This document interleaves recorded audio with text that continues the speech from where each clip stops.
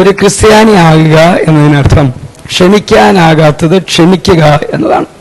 കാരണം നമ്മിലെ ക്ഷമിക്കാനാകാത്തത് ദൈവം ക്ഷമിച്ചിരിക്കുന്നു. ക്ഷമയാണ് സ്നേഹത്തിന്റെ അവസാന രൂപം.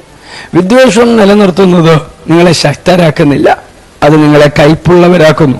ക്ഷമിക്കുന്നത് നിങ്ങളെ ദുർബലരാക്കുന്നില്ല, അത് നിങ്ങളെ സ്വതന്ത്രരാക്കുന്നു. ക്ഷമ എന്നത് വായ് കൊണ്ട് പറയുന്ന ഒന്നല്ല, അത് നിങ്ങളുടെ ഹൃദയം കൊണ്ട് ചെയ്യുന്ന ഒന്നാണ്. പലരും ക്ഷമിക്കുമെന്ന് പറയുന്നു, പക്ഷേ അവർ ഒരിക്കലും ക്ഷമിക്കുന്നില്ല. അവരുടെ ഹൃദയത്തിൽ ഒരു മറഞ്ഞിരിക്കുന്ന കയ്പുണ്ട്.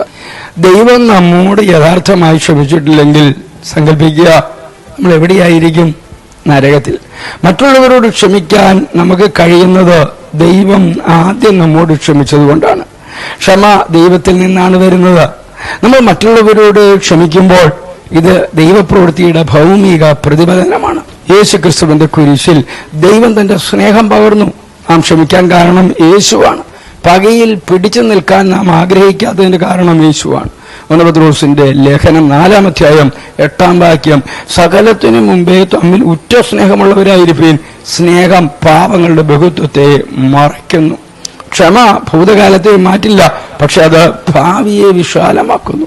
ദൈവം നിങ്ങളോട് ക്ഷമിക്കുമെന്ന് നിങ്ങൾ പ്രതീക്ഷിക്കുന്നത്ര വേഗത്തിൽ മറ്റുള്ളവരോട് ക്ഷമിക്കുക. ക്രിസ്തുയേശുവിലൂടെ നിത്യതയ്ക്ക് ഉതകുന്ന ഒരു നല്ല ദിവസം ആശംസിക്കുന്നു. യേശു നല്ലവൻ, അവൻ വല്ലഭൻ, അവൻ ദയയോ എന്നുമുള്ളത്.